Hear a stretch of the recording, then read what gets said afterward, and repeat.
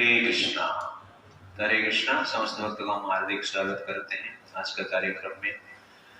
तो हम रामायण से डिस्कशन कर रहे हैं। तो लास्ट टाइम हमने देखा happy married life, art of happy married life. तो आज का हमारा विषय रहेगा descent of mother Ganga. Vishwamitra ऋषि के साथ भगवान राम, लक्ष्मण और बाकी विश्वामित्र जी के शिष्य सोनभद्र नदी को पार करके मिथिला की ओर चलते जा रहे हैं। तो इसे चलते चलते कुछ समय के पश्चात दोपहर में गंगा नदी के तट पे पहुंचते हैं। गंगा नदी के तट पर पहुंचने के पश्चात भगवान राम गंगा नदी को देखकर प्रणाम करते हैं और विश्वामित्र जी को राम जी पूछते हैं कि ये जो गंगा है इसको त्रिपथगा कहा जाता है और इसका नामकरण इस प्रकार त्रिपथगा क्यों है, इसका कारण क्या है और गंगा जी धरती पर कैसे आए हैं, इसके बारे में मैं जानना चाहता हूं। तो इसका उत्तर में विश्वामित्र जी कहते हैं कि हिमालय नामक एक बड़ा पर्वत हुआ है। तो हिमालय के जो राजा है वो हिमवान है। तो हिमवान के दो पुत्री हुए। हिमवान के पत्नी का नाम है मैना, जो कि सुमेरु पर्वत के बेटी थी। मैना का गर्भ से दो पुत्री का जन्म हुआ है, एक है गंगा देवी और एक है पार्वती।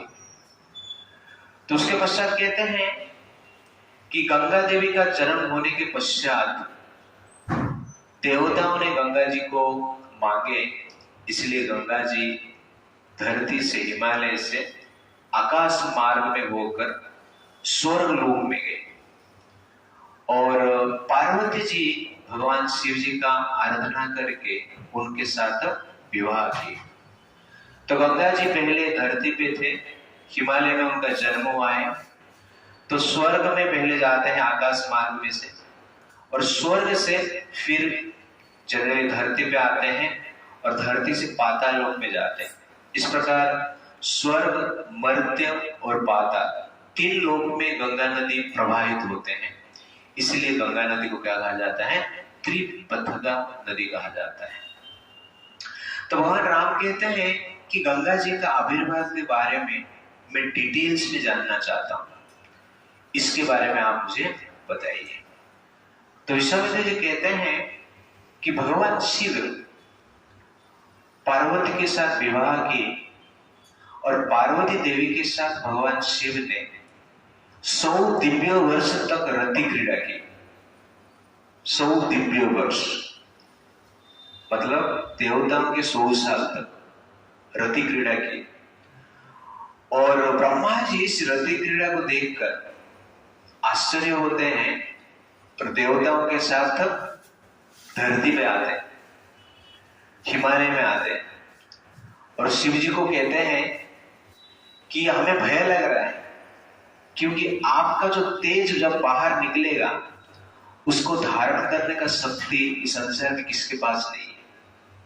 पार्वती भी इस शक्ति को धारण नहीं कर सकते, इसलिए ये तेज के द्वारा संसार नष्ट होने का कारण हो सकता है।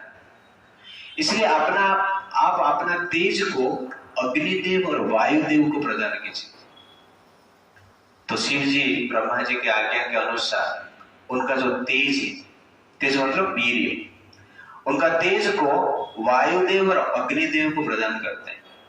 तो वायुदेव और अग्निदेव के प्रभाव के द्वारा शिव जी का जो तेज है एक श्वेत वर्ण रूप धारण करता है और उस तेज का प्रभाव से उस एरिया में एक वन में निर्माण होता है, जिस वन का नाम है सरकंडक वन। जो वन में अत्यंत तेजमय पेड़ पौधे रहते, पेड़ पौधे उत्पन्न हुआ, जो पेड़ पौधे में भी क्या है? तेज था, एफल्जेंस था। इस प्रकार एक वन उत्पन्न हुआ और उस वन में कार्तिकेय जी का जन्म हुआ है। किस प्रकार कार्तिकेय जी का जन्म हुआ है? जब अग्निदेव और वायुदेव को शिव जी तेज प्रदान करते हैं, अग्निदेव उस तेज को लेकर गंगा जी को प्रदान करते हैं। तो गंगा जी उस तेज को अपना स्रोत में धारण करते हैं, और स्रोत में धारण करने के पश्चात भी उस तेज को गंगा जी का स्रोत और गंगा जी सहन नहीं कर पाते, इसीलिए उस तेज को लेकर हिमालय में एक साइड में रख देते हैं। और जिस साइड में उस तेज को रखा जाता है, उस जगह में एक स्वर्णमय पर्वत निर्माण होता है। उस स्थान स्वर्ण पर्वत में परिवर्तित हो जाता है, और उस तेज का तीक्ष्णता से उसके पास जितने भी वृक्ष थे, गुल्म थे, लता थे, सबका ट्रांसफॉर्मेशन होता है। उसमें से कुछ तांबे बनता है, कुछ लोहा बनता है, और कुछ शीशा भी बनता है, और कुछ पेड़ क्या है, सोने के रूप में परिवर्तित हो जाते हैं। उसके पश्चात गर्भ से एक पुत्र का जन्म होता है, जिसका नाम क्या है, कार्तिकेय। वो गंगा जी के तट पर जन्म होते हैं, और उनका नाम कार्तिकेय इसलिए है कि उनका जन्म होने के पश्चात उनको दूध पिलाने के लिए देवताओं ने 6 कुर्तिकाओं की नियोजित किए थे, अपॉइंटमेंट किए थे। 6 कुर्तिकाएं। कुर्तिकाएं मतलब आप सोच सकते हैं कि डिवाइन नर्स, स्वर्ग का नर्स। और 6 कुर्तिकाओं के दूध पीने के लिए उस बालक ने 6 सर प्रकट किया है, और एक साथ 6 कुर्तिकाओं से दूध पीना प्रारंभ किए, इसलिए उनका नाम कार्तिकेय हुआ है। और एक उनका नाम है स्कंद। और एक दिन ही दूध पी, एक दिन दूध पीकर जितने भी राक्षस थे, तारका असुर का जो सैनिक थे, सबका वध कर दिए एक दिन में। तो ये जनरली कार्तिकेय का जन्म बताया जाता है। तो विश्वामित्र जी कार्तिकेय का जन्म क्यों बताते हैं? कि कार्तिकेय जी माता पार्वती के गर्भ से नहीं जन्मे, गंगा जी के स्रोत से जन्मे, और इसलिए गंगा का महिमा का वर्णन करते हुए पहले कार्तिकेय का जन्म बताते हैं।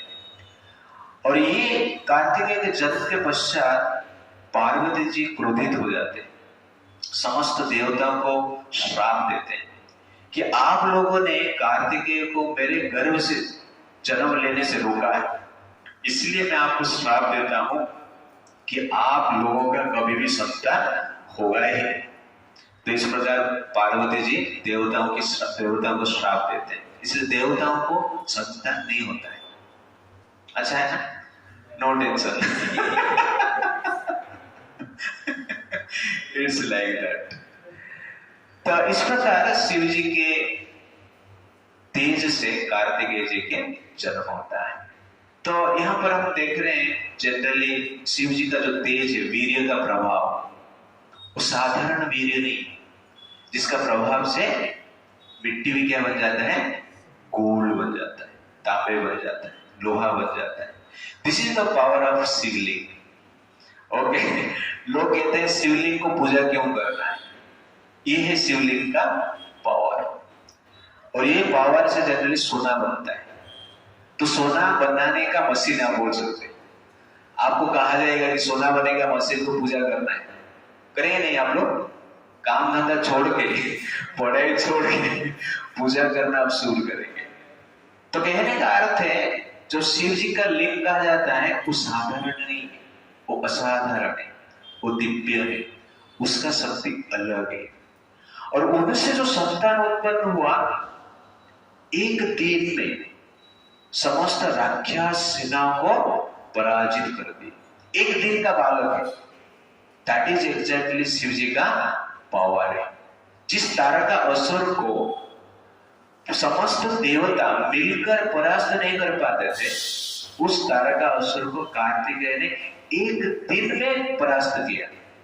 जन्म लिया, दूध पिया, युद्ध किया, परास्त किया। दैट इज एग्जैक्टली शिव जी का तेज का पावर है। इस संसार में तेज से जो संतान उत्पन्न होते हैं, 3 साल में खड़ा ही नहीं हो पाते। एक ही दिन। तो युद्ध किधर करेगा वो? तो युद्ध नहीं कर सकता है।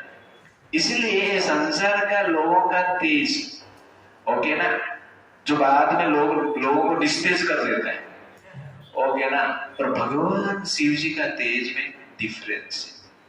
इसीलिए शिव जी शिव है। शिव जी के साथ संसार का कोई व्यक्तित्व को हम कंपेयर नहीं कर सकते। उनका महानता, उनका दिव्यता, उनका पवित्रता को जनरली संसार का कोई व्यक्ति के साथ हम कंपेयर नहीं कर सकते हैं। ये जनरली शिव जी का तेज का पावर यहाँ पर हम देख सकते हैं। और सबसे आश्चर्य, भगवान शिव, रामायण वर्णन करता है 100 दिव्य वर्ष तक पार्वती जी के साथ क्या है, रति क्रीड़ा करते हैं, फिर भी उनका तेज का स्खलन नहीं होता है। तो ये भी सबसे बड़ा क्या है, आश्चर्य। 100 दिव्य वर्ष, 100 सेलेस्टियल ईयर। और धरती का लोग जो रहते हैं उनका 1 मिनट भी टिकता नहीं, और कहते हैं कि हम कौन है, स्पेशल है, साइंटिस्ट है। और शिव जी और शिवलिंग का जो कंपैरिजन है कर ही नहीं सकते। दैट इज एक्चुअली क्या है, भगवान शिव का पावर है। इसीलिए जनरली शिव जी को हम महान मानते, पवित्र मानते, दिव्य मानते, और उनका पूजा आराधना किया जाता है। और संसार में जो भी शिवलिंग दिख रहा है, उस शिवलिंग डायरेक्टली भगवान शिव जी का लिंग नहीं। और भगवान शिव अपने भक्तों से प्रसन्न होकर अपने शक्ति से ही एक प्रकार की लिंग का उत्पन्न करते हैं, जिसे सोमनाथ ज्योतिर्लिंग कहा जाता है। और चंद्रदेव से प्रसन्न होकर जनरली शिव जी ने उस लिंग को प्रकट किए अपना शक्ति से। तो शिवलिंग जो है भगवान शिव का प्रतीक रूप है, और as powerful as lord Shiva है। तो इस प्रकार जनरल हमें समझना चाहिए। उसके पश्चात विश्वामित्र जी कहते हैं कि पूर्व काल में अयोध्या में एक राजा हुए जिनका नाम क्या है, सगर। सगर महाराज धार्मिक थे और धर्म के अनुसार अपना प्रजाओं की पालन करते थे। उनके 2 पत्नी थे, एक का नाम है केसिनी जो कि महाराष्ट्र से विदर्भ देश से हुए हैं, और एक का नाम है सुमति जो कि गरुड़ जी के बहन है। भगवान गरुड़ है तो उनके बहन है, कश्यप मुनि से, कश्यप मुनि की पुत्री है सुमति, उनका एक जो कि सगर के पत्नी थे। लेकिन उनके पास पुत्र नहीं था। तो रामायण में इस प्रकार हम देखते रहते हैं, लेकिन सब कुछ था लेकिन पुत्र नहीं था, ओके ना, इस प्रकार हम देखते हैं। तो सगर महाराज भी ये राम जी के वंशज ही पूर्वज है, तो सगर महाराज के भी कोई पुत्र नहीं थे। इसीलिए सगर महाराज उनके 2 रानियों के साथ हिमालय का भृगु प्रशमन करके एक शिखर है, वहां पर जाते हैं, तपस्या करते हैं, और वहां पर 100 वर्ष तक तपस्या करते हैं। 100 वर्ष का तपस्या करने के पश्चात भृगु मुनि प्रसन्न होते हैं और उनको वरदान देते हैं। वो कहते हैं कि आपको एक पत्नी के थ्रू 60,000 पुत्र मिलेंगे और एक पत्नी के थ्रू एक संतान मिलेगी। तो उसमें से जो किसी रहती है वो कहती है कि मुझे एक संतान चाहिए जो कि हमारा वंश का रक्षा करेगा, और सुमति के गर्भ से 60,000 संतान उत्पन्न होते हैं। तो इस प्रकार भृगु महर्षि की कृपा से केसिनी ने एक संतान को जन्म दी जिसका नाम है असमंच, और सुमति ने 60,000 पुत्र को जन्म दिया। तो सुमति के गर्भ से एक गर्भपिंड निकला, एम्ब्रियो जिसको कहते हैं, और उस एम्ब्रियो को जनरली 60 एम्ब्रियो के भीतर 60,000 संतान थे। उस समय में जो साइंटिस्ट थे लेबोरेटरी में उसका जनरली रिसर्च करके उस गर्भपिंड से 60,000 संतान का उत्पन्न हुए। तब महाभारत में सुनते हैं कि व्यासदेव ने गांधारी के गर्भपिंड से 100 संतान उत्पन्न किए। उससे बहुत साल पहले 60,000 संतान उत्पन्न किया गया। और रामायण वर्णन करता है घी के साथ प्रोसेस करके, तो घी अत्यंत महत्वपूर्ण माना जाता है। तो महाभारत में वही वर्णन आता है कि घी के द्वारा प्रोसेस करके गर्भपिंड से कौरव जन्म लिए थे, और ठीक उसी प्रकार 60,000 संतान उत्पन्न हुए थे। तो उसमें से जो केसरी के पुत्र असमंज थे, वो जनरली थोड़ा क्रूरियल थे, आतताई प्रकार के व्यक्ति थे। तो जब बालक वो थे, अपना दोस्त लोग को ऐसा उठाकर सरयू नदी में फेंक देते थे, बीच में ही फेंक देते थे। जैसे बॉल फेंकते हैं ना हम लोग, या पत्थर फेंकते हैं, वैसे ही सरयू नदी में ऐसे दोस्त लोग को फेंकते थे। और जब वो डूबते थे, डूब के मर जाते थे, उनको बड़ा मजा आ जाता, वो हंसते थे और अनेक प्रकार की अन्य अत्याचार दुराचार भी करते थे। ऐसे बड़े हुए तो सगर महाराज उस संतान से प्रसन्न नहीं थे और व्यथित होकर उस संतान को अपना राज्य से बहिष्कार कर दिया। असमंज का एक पुत्र थे जिसका नाम है अंशुमान, जो कि धार्मिक थे, मीठा वचन बोलते थे और समस्त व्यक्ति का प्रिय करते थे। तो इस प्रकार अंशुमान के साथ सगर महाराज और 60,000 उनके जो पुत्र है उनके साथ राज्य करने लगे। कुछ समय के पश्चात सगर महाराज ने एक अश्वमेध यज्ञ करने की विचार की, और उस अश्वमेध यज्ञ करने के लिए घोड़े को पूरे संसार में छोड़े अंशुमान के साथ। तो अंशुमान उस घोड़े को लेकर संसार में घूम रहे। अचानक एक दिन अंशुमान को पता नहीं चला, इंद्रदेव आते हैं, उस घोड़े को चोरी करके लेके चला जाते हैं। बाद में अंशुमान सगर महाराज के पास आते हैं और कहते हैं घोड़ा चोरी हो गया। तो अंशुमान का ये बात सुनकर सगर महाराज यज्ञ की दीक्षा ले चुके रहते हैं, यज्ञ संपन्न होना चाहिए, इसलिए अपना 60,000 पुत्र को बुलाते हैं और कहते हैं कि आप लोग जाइए, घोड़े को ढूंढिए, पूरा भूमंडल में ढूंढिए, धरती पे नहीं, धरती पृथ्वी भूमंडल का एक प्लैनेट है। तो भूमंडल में इस प्रकार अनेक प्लैनेट, पूरा भूमंडल में घूमिए और जहां पर भी वो घोड़ा है उसको लेकर आ जाइए। और घोड़ा नहीं मिलेगा तो पूरा पृथ्वी को खोद के कहां पर भी छुपा रहेगा, पाताल में भी जाकर उस घोड़े को लेकर आना है। तो ये पिताजी का बात सुनकर 60,000 पुत्र निकल पड़ते हैं और पूरा धरती में ढूंढते हैं, कहां पर मिलता नहीं, भूमंडल में घूमते, मिलता नहीं, तो सोचते हुए खोदना पड़ेगा। 60,000 पुत्र धरती को खोदने लगते हैं और एक एक पुत्र एक एक योजन खोजते हैं। एक एक योजना मतलब क्या है, 12 किलोमीटर। तो इस प्रकार आप देखेंगे 60,000 पुत्र इंटू 12 किलोमीटर, इस प्रकार जनरली धरती को खोदते हैं। तो इस प्रकार कितना होता है उसका, 7,37,400 किलोमीटर, इतना एरिया को खोद देते हैं 60,000 पुत्र मिलकर। और कैसे खोदते हैं, कहते हैं कि वज्र जैसे अस्त्र के साथ और वज्र जैसे शक्तिशाली हल के साथ। तो कहने का अर्थ उस टाइम का जेसीबी, आप ऐसा सोच सकते हैं। और जेसीबी से भी पावरफुल कुछ अस्त्र शस्त्र है, मशीन है, जिसके द्वारा 60,000 पुत्र मिलकर खोदते हैं। और पूरा खोदने के पश्चात भी उनको घोड़ा नहीं मिलता है। और इस प्रकार खोदते, पहाड़ को भी खोद देते, जंगल को भी खोज देते, और जहां पर थोड़ा बहुत पानी था उस समय में, जो सागर था, वहां पे भी खोदते हैं और समस्त जलचर को मारते, पशु पक्षियों को भी मारा जाता है। ये सब देखकर देवताओं ने ब्रह्मा जी के पास जाते हैं और ब्रह्मा जी को कहते हैं, इस प्रकार 60,000 पुत्र इस धरती को खोदेंगे तो धरती में जो जीव है सब नष्ट हो जाएंगे। तो ब्रह्मा जी देवताओं को कहते हैं, आप चिंता मत कीजिए, ये सब पूर्व नियोजित है। इस संसार में भगवान ऑलरेडी जन्म ले चुके हैं, जिनका नाम है कपिल। तो भगवान कपिल मुनि इस संसार में निवास कर रहे हैं, जो धरती उनके पत्नी, और उनके रोष से ये 60,000 जो पुत्र हैं नष्ट हो जाएंगे, भस्म हो जाएंगे, अब चिंता मत करो।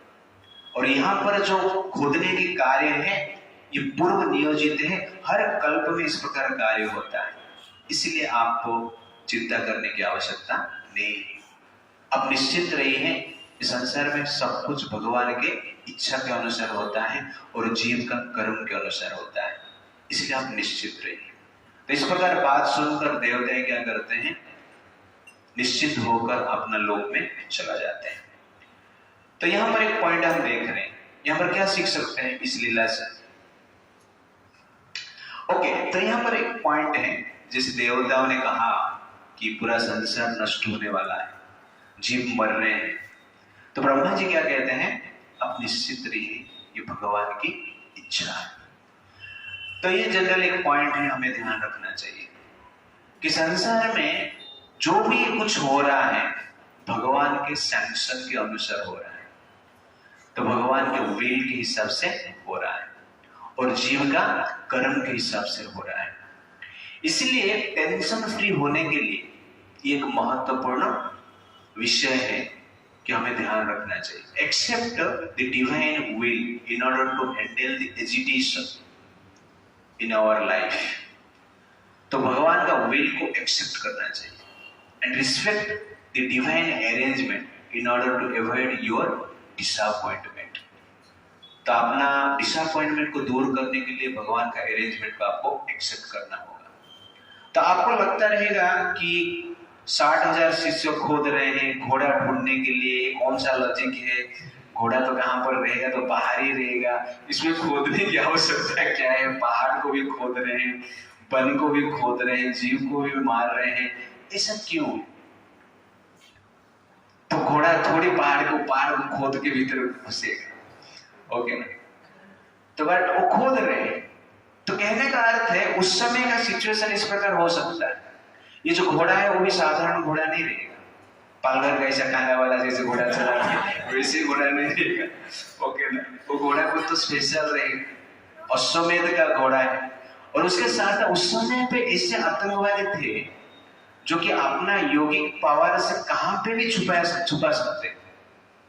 बट सबसे बड़ा पॉइंट यहाँ पर जैसे हम देख रहे हैं कि संसार का जो डिफरेंट सिचुएशन है, कभी कभी हमारा कर्म के अनुसार बनता है और कभी कभी भगवान के इच्छा के अनुसार बनता है। आपका कर्म नहीं हो सकता है लेकिन भगवान की इच्छा रहता है। इसीलिए हमें जनरली उस इच्छा को, विल पावर को, भगवान का जो विल को क्या करना चाहिए, एक्सेप्ट करना चाहिए। तो भगवान की इच्छा के अनुसार आपका जीवन में कुछ प्रॉब्लम्स हो सकता है और कर्म के अनुसार भी हो सकता है। It may be physical, financial, relationship, social, national, international, okay ना, यूनिवर्सल, कुछ भी प्रॉब्लम हो सकता है। इसका दो रीजन है, एक है कर्म और एक है भगवान की इच्छा। अभी जो ये सिचुएशन हो रहा है सागर जी के राज्य में, किसकी इच्छा से हो रहा है? भगवान कृष्ण की इच्छा से हो रहा है, विष्णु की इच्छा से हो रहा है। इसका लाभ क्या होगा आगे जाके? गंगा जी आएंगे धरती पर।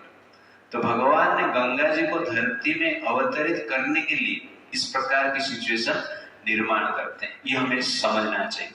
जो कर्म है जनरली 3 प्रकार के होते हैं, एक है संचित कर्म, एक है क्रियमान कर्म और एक है प्रारब्ध कर्म। संचित कर्म मतलब क्या है? जो कर्म आपने किया है उसका रिएक्शन अभी तक बैलेंस है, आपको मिला नहीं, कभी मिलेगा वो भी गारंटी नहीं, वो भगवान डिसाइड करेंगे, वो संचित कर्म है। और क्रियमान कर्म, अभी जो हम कर्म कर रहे हैं, ओके ना, उसका रिएक्शन जनरली हमें भविष्य में मिलेगा, वो भी आगे जाके बहुत समय के बाद मिल सकता है और इमीडिएट भी मिल सकता है, दैट इज क्रियमान कर्म। और प्रारब्ध कर्म जो है जिसका फल आपको मिल चुका है और मिलने वाला निश्चित है, ये 3 प्रकार के कर्म है। क्या है? संचित, क्रियमान और प्रारब्ध। तो संचित मतलब क्या है?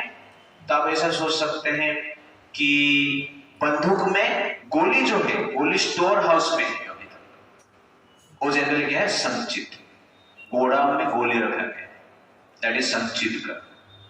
क्रियमान कर्म क्या है, बंदूक के भीतर ही गोली है, ओके ना, लोडिंग हुआ है, दैट इज एक्चुअली क्रियमान कर्म।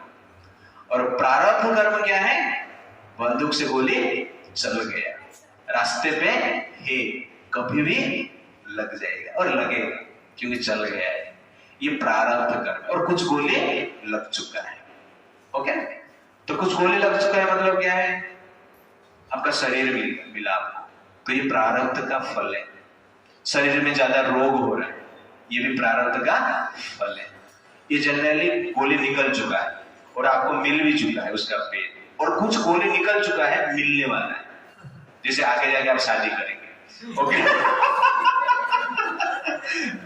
तो वो क्या है, वो गोली आपको मिलने वाला है, ठीक है ना। तो उसके बाद जो इंसिडेंट्स होगा वो प्रारब्ध है, आप रोक नहीं सकते। वैसे ब्रह्मचर्य भी बनते हैं, 10 साल 15 साल ब्रह्मचर्य आश्रम में रहते हैं, प्रारब्ध गोली निकल चुका है। और गोली जब निकल चुका रहेगा तो टाइम पे आके आपको क्या करेगा, हीट करेगा, और आपको उसमें पेन मिलेगा और प्रेशर मिलेगा। तो प्रारब्ध के अनुसार आपको सुख और दुख मिलता है। तो प्रारब्ध कर्म को भोगना ही भोगना है, उसका आप रोक नहीं सकते। लेकिन जो संचित कर्म है उसको आप रोक सकते हैं। तो कहा जाता है जो व्यक्ति आध्यात्मिक प्रैक्टिस करके, स्पिरिचुअल प्रैक्टिस करके आत्मा को रियलाइज कर चुका है, वो व्यक्ति के लिए संचित कर्म क्या हो जाता है, नष्ट हो जाता है। और क्रियमान कर्म भी नष्ट आप कर सकते हैं। जब क्रियमान कर्म मतलब जो कर्म अभी आप कर रहे हैं, उस कर्म को नष्ट करने के लिए जो व्यक्ति अहंकार शून्य होकर कर्ता भाव को त्याग करके भगवान का संतुष्टि के लिए कार्य करता है, उसको क्रियमान कर्म का रिएक्शन नहीं मिलता है। इसलिए क्रियमान कर्म का रिएक्शन आप रोक सकते हैं और संचित कर्म का रिएक्शन का आप रोक सकते हैं, बट प्रारब्ध को क्या करना पड़ेगा, भोगना ही होगा। किधर भी भागेंगे तो आपको भोगना ही होगा, that is actually power of प्रारब्ध। इसलिए जो ज्ञानी व्यक्ति रहते हैं वो लोग संचित कर्म को रिएक्शन लेस कर देते हैं, संचित कर्म का जो रिएक्शन है उससे बच जाते हैं, क्योंकि वो आत्मा को रियलाइज करने की प्रयास करते हैं। और जो भक्त रहते हैं वो जनरली क्या है, इन तीनों कर्मों को न्यूट्रलाइज कर सकते हैं, संचित, क्रियमान और कभी कभी क्या है, प्रारब्ध भी हो सकता है। जनरल होता नहीं है, बट भगवान की इच्छा के अनुसार प्रारब्ध को क्या कर सकते हैं, हम लोग रोक सकते हैं। तो ज्ञानी लोग जनरली संसार में इस प्रकार जीते हैं कि वो सोचते हैं कि संसार क्या है, स्वप्न है। इसलिए संसार में आपको कुछ लाभ हो रहा है और कुछ हानि हो रहा है, तो ज्ञानी लोग उसमें व्यथित नहीं होता है। तो आपको पीस ऑफ माइंड चाहिए। तो ये लेवल है जो दुनिया को स्वप्न जैसे देखना है। एग्जाम में फेल हो गया, स्वप्न में फेल हो गया। एग्जाम में पास हो गया, स्वप्न में पास हो गया। तो स्वप्न में आप फेल हो जाइए और स्वप्न में पास हो जाइए, कुछ फर्क पड़ता है नहीं। स्वप्न में आपका शादी हो गया और सपने में आप ब्रह्मचारी बन गए, कुछ फर्क पड़ता है नहीं पड़ता है, स्वप्न में हुआ है, ओके ना। स्वप्न में आपका मृत्यु हो गया और स्वप्न में आपका जन्म हो गया, कुछ फर्क पड़ता है नहीं पड़ता है। तो कहने का अर्थ है जो ज्ञानी है ये संसार को स्वप्न जैसे मानते हैं, और संसार का सक्सेस फेलियर में, संसार का हानि लाभ में, संसार का मान अपमान में वो लोग व्यथित नहीं होते, क्योंकि स्वप्न है। स्वप्न में व्यथित नहीं होना चाहिए। बुद्धिमान व्यक्ति स्वप्न को क्या करता है, सीरियसली ही लेता है। लेकिन स्वप्न में मान लो आपने कल सपना देखा कि आपका बीवी मर गई, तो उठ के आप रोएंगे नहीं, क्यों, सपना था। बेटा मर गया, उठ के रोएंगे आप नहीं, सपना था। तो कहने का अर्थ है कि सपना है इसलिए आप रोते नहीं, कि लाभ में कुछ हुआ है, 1 करोड़ रुपया आपको सपने में मिल गया, तो उठ के आप हंसेंगे, सब लोग के पास जाके बोलेंगे अरे कल मुझे 1 करोड़ रुपया मिला, वो पूछेगा कहाँ रखा है, ना सपने में था। तो जनरली क्या है, कुछ लाभ नहीं, दैट इज ज्ञान प्लेटफॉर्म। ये संसार को जो स्वप्न मानता है वो शांति से जीता है, और संसार को जो कर्मवादी लोग हैं कर्म को मानते हैं कि पहले मैंने पुण्य कर्म किया था इसलिए कुछ फल मुझे मिल रहा है, और अभी कुछ मैं कर्म कर रहा हूं आगे में कुछ फल मिलेगा, पहले पाप किया था इसलिए दंड मिल रहा है। इसको समझ कर वो लोग क्या करते हैं, शांति से जीते हैं। और जो भक्त रहते हैं क्या मानते हैं, ये सब भगवान की इच्छा है, विल ऑफ गॉड, और ये समझकर वो जीवन में शांत रहते हैं। तो इसलिए मन को शांत रखने के लिए 3 फॉर्मूला है। आप भक्त हो तो भगवान कृष्ण का विल को ग्रहण कीजिए, और आप भाग्यवादी हो तो लॉ ऑफ कर्म को एक्सेप्ट कीजिए, और आप ज्ञानी हो तो सबसे बढ़िया दुनिया क्या है, स्वप्न है, नो टेंशन। You understand? मान लो कोई आपको रसगुल्ला दे रहा है, ऐसा मुंह के पास लिया और आपको दिया नहीं, वो स्वयं खा गया, ओके ना? तो आपको क्या सोचना चाहिए, सपना ये क्या है, सपना है। तो इस प्रकार भाव से हर चीज को आपको क्या करना है, ग्रहण करना है। इसलिए ब्रह्मा जी यहाँ पर देवताओं को कहते हैं कि आप निश्चित रहिए। तो इस प्रकार ये 60,000 पुत्र पूरा धरती में घूमे और खोदाई भी किए, लेकिन घोड़ा नहीं मिला। समग्र संसार को खोद ली, बट घोड़ा नहीं मिला। तो उस समय पे सगर महाराज के पास आते हैं और कहते हैं कि घोड़ा मिला नहीं। तो सगर महाराज कहते हैं कि फिर से जाओ, अभी जाके घोड़े को ही लेकर आने, नहीं तो आप आना ही नहीं। तो फिर से 60,000 पुत्र जाते हैं और भूमंडल में घूमते हैं, और भूमंडल को धारण करने के लिए 4 दिग्गज हैं, बड़े बड़े हाथी, तो दिव्य हाथी, ओके ना, धरती का हाथी नहीं, और 4 हाथी को मिलते। इस प्रकार हमारा रामायण वर्णन करता है कि दक्षिण दिशा में महापद्म नामक एक हाथी, जो कि दक्षिण दिशा को धारण करके उस 60,000 पुत्र उस महापद्म हाथी को मिलते हैं, उनको प्रणाम करते हैं, परिक्रमा करते हैं, वहां से निकल जाते हैं। पश्चिम दिशा में सोमनसक नामक एक हाथी दिग्गज है, उनको भी वो प्रणाम करते हैं, परिक्रमा करते हैं, वहां से निकल जाते हैं। उत्तर दिशा में श्वेत भद्र नामक हाथी दिग्गज है, उनको भी प्रणाम करके वो निकल जाते हैं। पूर्व दिशा में विरूपाक्ष नामक एक हाथी है, दिग्गज है, उसका भी परिक्रमा करते हैं और वहां से निकल जाते हैं। इस प्रकार पूरा भूमंडल को भी देख, धरती नहीं सिर्फ, पूरा भूमंडल भी घूमते, घोड़ा मिलता नहीं। और अंत में वो लोग उत्तर पूर्व दिशा में आते हैं। भारत का हमारा उत्तर पूर्व दिशा में आते हैं, आसाम जो एरिया है ना, आसाम सिक्किम वो एरिया में आते हैं। वहां पर प्रवेश करते हैं, देखते हैं कि सुंदर आश्रम है, और सुंदर आश्रम के बीच में उस घोड़ा क्या कर रहा है, चल रहा है, घास खा रहा है। देखकर संतुष्ट हो जाते हैं, अत्यंत आनंद, उनको आनंद अनुभव करते हैं। और उसके साथ साथ देख रहे हैं एक मुनि वहां पर ध्यान में बैठे हैं, तपस्या कर रहे हैं। देखने में अत्यंत आकर्षक है, सौम्य है, उनका शरीर से तेज निकल रहा है। और मुनि को देखकर तुरंत ही गुस्सा हो जाते, क्रोधित हो जाते। 60,000 पुत्र, कोई बड़े बड़े पेड़ उखाड़ता है, कोई अपने हाथ में जो वज्र तुल्य हल रहता है उसको लेके 60,000 संतान मिलकर क्रोधित होकर आवाज करके उस मुनि के ऊपर क्या करते हैं, उस मुनि को मारने की प्रयास करते हैं, उनके ओर जाते हैं। और उस मुनि जब देखते हैं, रोष भर के देखते हैं, क्रोधित होकर देखते हैं, और एक बड़ा हुंकार करते हैं, आवाज करते हैं। उस आवाज से ही 60,000 पुत्र दग्ध होकर वहां पर भस्मीभूत हो जाते हैं, मर जाते हैं। और उस मुनि का नाम क्या है, कपिल मुनि। This is the power of मुनि। ओके ना, कुछ नहीं करते। ये 60,000 जो पुत्र है ना, साधारण नहीं है। धरती में जो सागर आप देख रहे हैं ना, उसका खोदाई किए 60,000 पुत्र, अनेक वर्ष तक परिश्रम किए, और उनका बद्धक, उनका जनरली शरीर का विनाश कपिल मुनि केवल एक हुंकार से कर लेते हैं। That is the power of Kapil मुनि।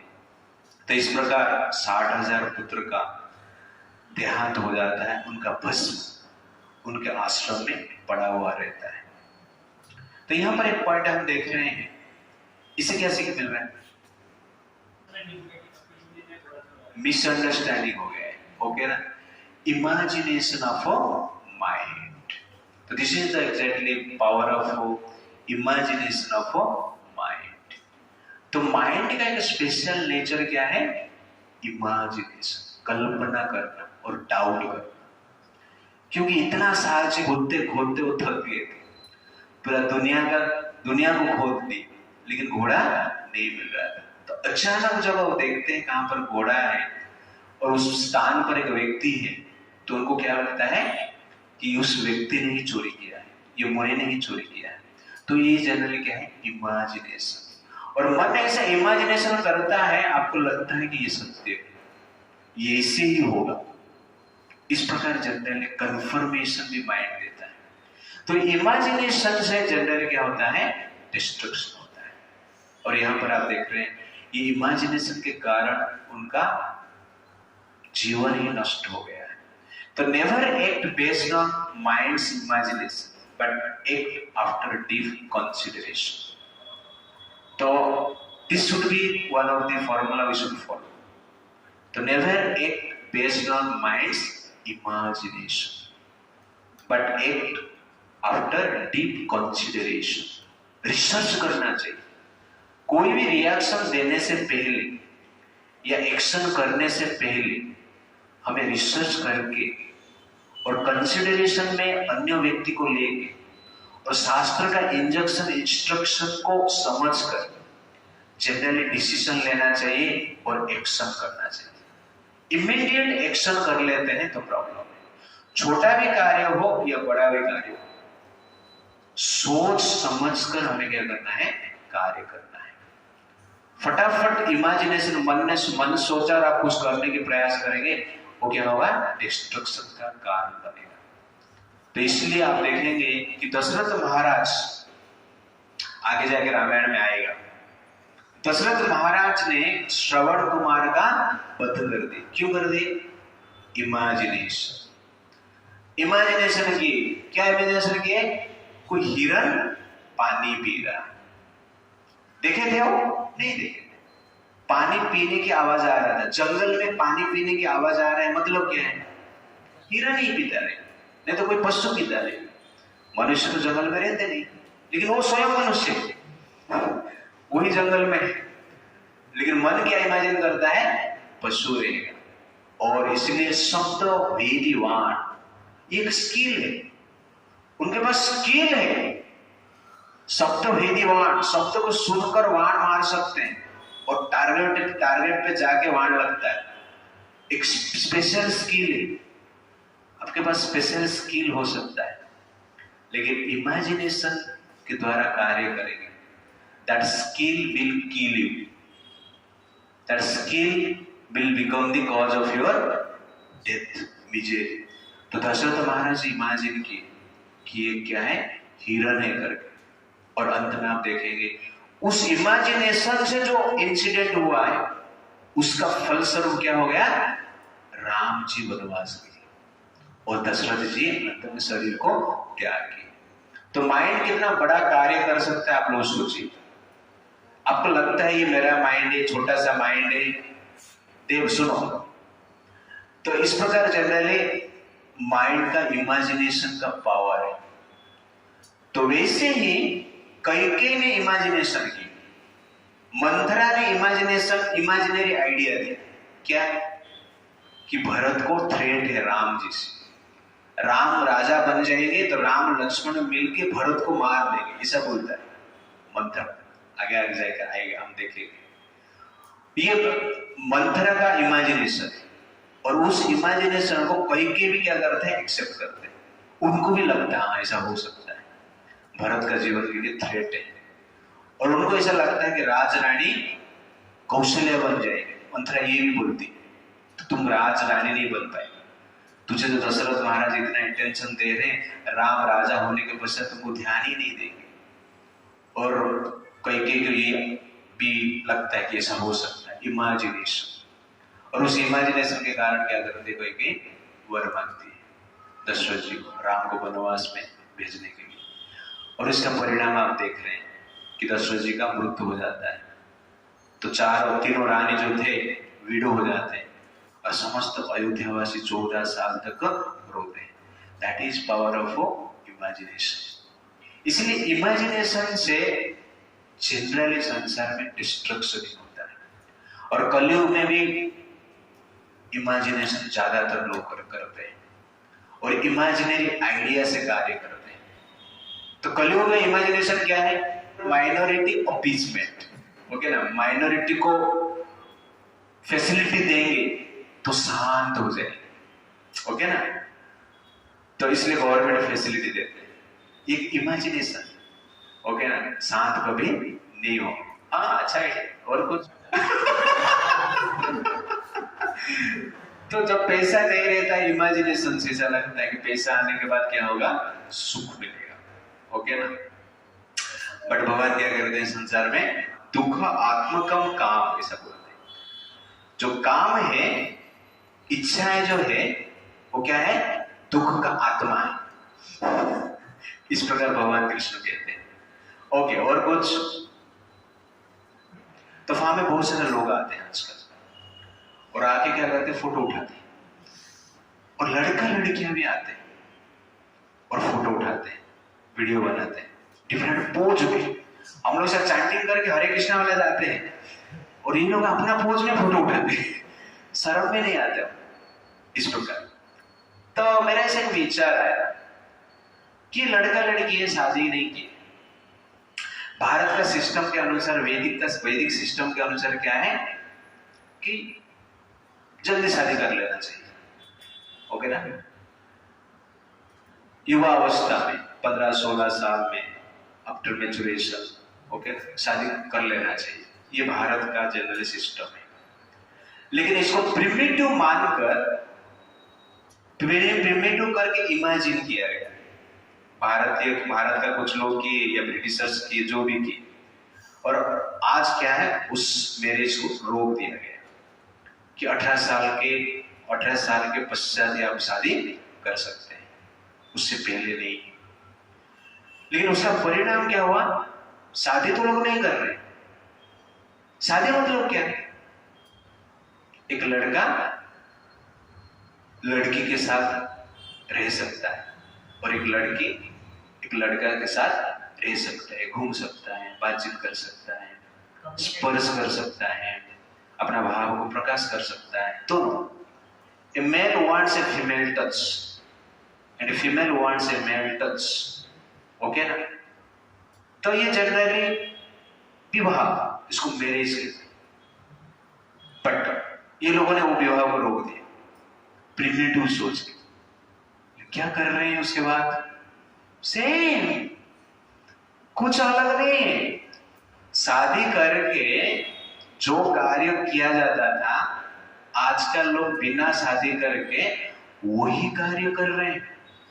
आपने सिर्फ मैरिज को रोका, लेकिन एक्टिविटी को रोक नहीं पाए।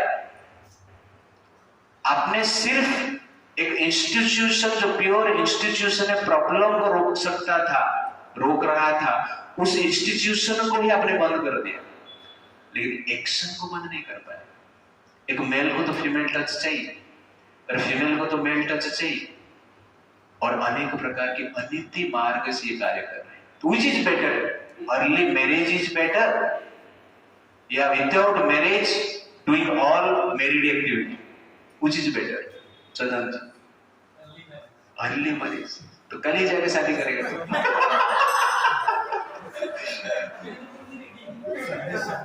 तुमको भी शादी करना है क्या अभी? कि ये जो है इमेजिनेशन, कि ये मैरिज प्रिमिटिव है। Early marriage is not the sign of, it's not a sign of mature person, a civilized person. Early marriage is uncivilized. But जो एक्टिविटी अभी हो रहा है वो सिविलाइज्ड है, वो अनसिविलाइज्ड है। तो ये जनरली क्या है, इमेजिनेशन का पावर है, और ये अर्ली मैरिज को ही स्टॉप कर दिया गया है, और इसलिए बहुत सारा प्रॉब्लम्स होता है सोसाइटी में। लगभग जो आजकल यूथ में प्रॉब्लम दिख रहा है, उसका मेन कारण क्या है, लेट मैरिज। और आप लोग बच के हैं अभी तक, क्यों है मालूम है? क्योंकि थोड़ा बहुत इस्कन में आप लोग आते हैं। ओके, इस्कन में नहीं आते थे तो हमारा भी हालत क्या होता था, उसी प्रकार ही होता था। देयरफॉर इमेजिनेशन क्या करता है, प्रॉब्लम क्रिएट करता है। तो इसके पश्चात सवरभाज देख रहे कि अनेक समय बीत चुका है, लेकिन 60,000 पुत्र लौट के नहीं है, घोड़े को भी लेकर नहीं है। तो अंशुमान को भेजते हैं कि आप जाओ, मेरे जो 60,000 पुत्र हैं उनको ढूंढो और घोड़े को लेकर आओ। तो अंशुमान सैनिक के साथ निकलते हैं और पूर्व उत्तर भारत में पहुंचते हैं कपिल मुनि के आश्रम में, और वहां पर देखते हैं कि 60,000 उनके जो चाचा है सब लोग का भस्म शरीर को देखते हैं, भस्म को देखते हैं, और देखकर रोते हैं, फूट फूट कर रोते हैं, और उनको जलांजलि देने के लिए, तिलांजलि देने के लिए, जल प्रदान करने के लिए जल वहां पर ढूंढते हैं, लेकिन जल नहीं मिलता है। ठीक उस समय गरुड़ जी उनके सामने प्रकट होते हैं और कहते हैं कि ये भगवान कपिल मुनि के क्रोध से भस्मीभूत हुए हैं, और भगवान का एक प्लान है कि भगवान चाहते हैं कि संसार में गंगा जी का आविर्भाव हो। इसलिए मैं आपको बताना चाहता हूं कि आप गंगा जी को प्राप्त करने के लिए प्रयास कीजिए। गंगा जी स्वर्ग में है और धरती में लाने के लिए आप तपस्या कीजिए, और उस पानी से जब आप इनको तिलांजलि देंगे, उस पानी जब गंगा का जल जब इस भस्म के साथ मिलेगा, स्पर्श होगा, गंगा का जल से प्लावित हो जाएगा ये भस्म, तब जनरली क्या है, इनका उद्धार होगा और स्वर्ग में उनको स्थान मिलेगा। इसलिए आप गंगा जी को प्राप्त करने के लिए प्रयास कीजिए, तपस्या कीजिए। इस प्रकार गरुड़ जी कहते हैं और अपना लोक में चला जाते हैं। ये सुनकर अंशुमान उस घोड़े को लेकर कपिल मुनि के आश्रम से सगर महाराज के पास आते हैं, और सगर महाराज को समस्त जो इंसिडेंट है ठीक ठीक बताते हैं। उसके बाद सगर महाराज अपना अश्वमेध यज्ञ को संपन्न करते हैं, और संपन्न करने के पश्चात विचार करते रहते हैं कि मैं गंगा जी को स्वर्ग से कैसे संसार में लेकर आऊं। इसलिए सगर महाराज 30,000 वर्ष तक इस संसार को शासन करते हैं, और 30,000 वर्ष तक विचार करते हैं, प्लान करते हैं किस प्रकार गंगा जी आएंगे। लेकिन कुछ प्लान सफल नहीं होता है, वो शरीर त्याग कर देते हैं। उसके पश्चात अंशुमान जी ट्राई करते हैं। तो यहां पर एक पॉइंट आप देख रहे हैं कि कपिल मुनि के क्रोध, भगवान जब क्रोध करते हैं निश्चित रूप से कुछ कल्याण कार्य होता है। तो 60,000 पुत्र का शरीर को नष्ट किए, लेकिन उसके पीछे का कारण क्या है, संसार में गंगा जी का आविर्भाव होगा, आविर्भूत होगा। और जैसे गंगा जी में स्नान करने के पश्चात अनेक व्यक्ति का पाप नष्ट हो। तो कभी कभी क्रोध जो है उसका भी यूज है। तो इस प्रकार नहीं, संसार हमें क्रोध नहीं करना है। क्रोध नहीं करेंगे तो क्या होगा, क्रोध की आवश्यकता है।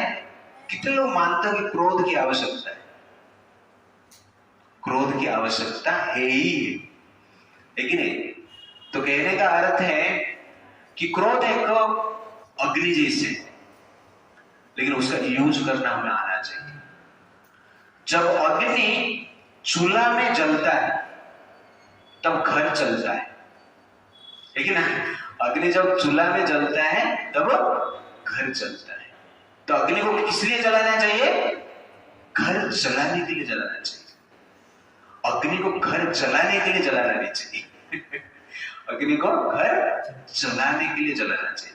तो ठीक उसी प्रकार जो क्रोध है वो किस लिए जलाना चाहिए? काम चलाने के लिए क्रोध को प्रकट करना चाहिए। तो काम चलाने के लिए आप क्रोध को प्रकट करते हो तो ठीक है, लेकिन काम को जलाने के लिए क्रोध प्रकट करेंगे, व्यक्ति को जलाने के लिए, संबंध को जलाने के लिए क्रोध प्रकट करेंगे तो प्रॉब्लम है। संबंध को बचाने के लिए क्रोध प्रकट करते हैं तो चलेगा। संबंध, क्रोध से संबंध टूट जाता है तो क्रोध क्या है? संबंध को जला देता है। That is not good. तो क्रोध का भी क्या है? यूज है। तो इस प्रकार लोग जनरली भ्रमित है, भ्रम में रहते हैं। जो क्रोध करता है कभी अच्छा ही नहीं। क्रोध करना व्यक्त करते हैं, मतलब कोई कोई ऐसे लोग रहते हैं, अरे ये लड़का तो बहुत क्रोधी है यार, छोड़ दो उसके पीछे मत जाओ। उसको लोग जनरली, लोग ज्यादातर लोग घृणा करते हैं, पसंद नहीं करते। बट क्रोध की आवश्यकता है। इस संसार में शांति में रहकर, चुपचाप रहकर जितने लोग जितना बर्बाद किया है ना, क्रोध करके उतना कुछ बर्बाद नहीं हुआ। महाभारत युद्ध क्यों हुआ है? भीष्म जी शांत रहे। भारत 1947 में इंडिपेंडेंट क्यों हुआ है? क्योंकि गांधी जी थे। नहीं तो उससे 50 साल पहले हो जाता। तो कहने का अर्थ, कभी कभी शांति बड़ा अशांत का कारण होता है। इसीलिए भगवान भी संसार में आते हैं तो क्या करते हैं? क्रोध करते हैं, और क्रोध की आवश्यकता है। बट ये फॉर्मूला होना चाहिए। क्या फॉर्मूला है? कि घर जलाने के लिए आग को जलाना चाहिए। वैसे ही कुछ कार्य करने के लिए, पॉजिटिव एक्टिविटी करने के लिए क्रोध की आवश्यकता है, और क्रोध होना ही चाहिए। अर्जुन शांत हो रहा था ना, लेकिन भगवान ने क्या किया? उनको गीता बताई। गीता बताया क्या किए? क्रोध की, क्रोध को जगाए। बिना क्रोध से युद्ध नहीं हो सकता है। इसलिए गीता का कार्य क्या है? गीता का कार्य क्या है? क्रोध को जगाना है। ओके ना? एक कार्य है, पूरा कार्य ये नहीं। तो कहने का अर्थ है कि भगवान के कार्य करने के लिए क्रोध का भी प्रकट करना पड़ता है, और कभी कभी क्रोध को शांत भी करना पड़ता है। तो आप देखेंगे कि पांडवों ने, जब द्रौपदी का वस्त्रहरण हो रहा था, चुप बैठे, क्रोध को कंट्रोल करके बैठे। लेकिन वही पांडवों ने कुरुक्षेत्र युद्ध में क्रोध को प्रकट किया, सबको मार दी। तो कहां पर चुप रहना है और कहां पर क्रोध को प्रकट करना है, इस ज्ञान को जनरली हमें धारण करना चाहिए, और ये आवश्यकता की है। वैसे हनुमान जी लंका को जलाए, आवश्यकता है।